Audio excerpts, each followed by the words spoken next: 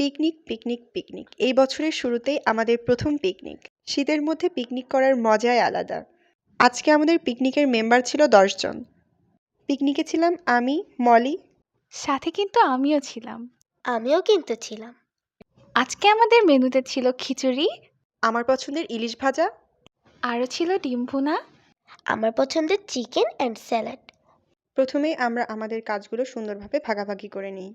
তারপর আমরা মাছগুলো কেটে সুন্দরভাবে মাখিয়ে ভাজতে দিয়ে দিই। এখানে আমাদের চুলা ধরানো থেকে শুরু করে যাবতীয় প্রায় সব কাজই করেছে আমাদের মলি। এই যে এখানে হিবাপুর পছন্দের মাছগুলো ভাজছে মলি আপু।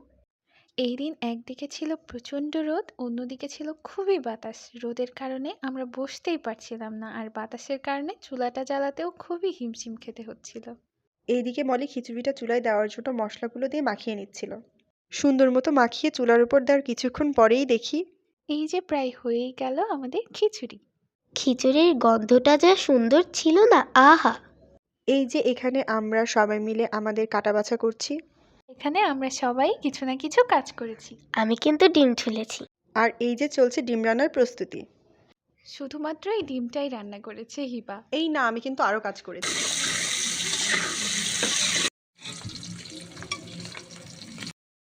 এই যে আমাদের ডিম সুন্দরী। ডিম রান্নার পরে এইদিকে চলছে মাংস রান্নার প্রস্তুতি। মলি তো মনের মাধুরী মিশিয়ে মাংসগুলো ম্যারিনেট করছিল। আর মনের যত রাগ আছে সেগুলো দিয়ে মাংসগুলো ভাজছিল। মাংসগুলো তুলে নিয়ে অন্যদিকে লেগে পড়লাম সালাদ কাটতে। রান্নার প্রায় সব কাজই মলি করলেও ভয়েস দেওয়ার সময় আমাদের প্রাণপ্রিয় বান্ধবী মলির কোনো খোঁজ নেই। ও মাই গড, আমার পছন্দের চিকেন! আমি আগেই চিকেন খেতে চাচ্ছিলাম, কিন্তু আমাকে কেউ খেতেই দিচ্ছিল না। উল্টা আমার হাতে সালাদ ধরিয়ে দিল। এরই মধ্যে আমাদের সব রান্নাবান্না শেষ। সবাই খাওয়া দাওয়ার জন্য প্লেট নিয়ে হাজির। এখানে একে একে সব খাবারগুলো রাখছিলাম। প্রথমে ডিম, তারপর চিকেন, তারপর সালাদ, আর এই হলো ইলিশ ভাজা। আমরা সবাই ছিলাম খুবই ক্লান্ত এবং ক্ষুধার্ত, কারণ পিকনিকের রান্না করতে করতে দুপুর গড়িয়ে বিকেল হয়ে গিয়েছিল। আমি এখানে একে একে আমার পছন্দের খাবারগুলো তুলে নিচ্ছিলাম। সব খাবারগুলো তোলার পরে আমার প্লেটটা দেখতে খুবই লোভনীয় লাগছিল। এই যে তোর লোভনীয় প্লেট, খাবি আবার? না, তুই খা।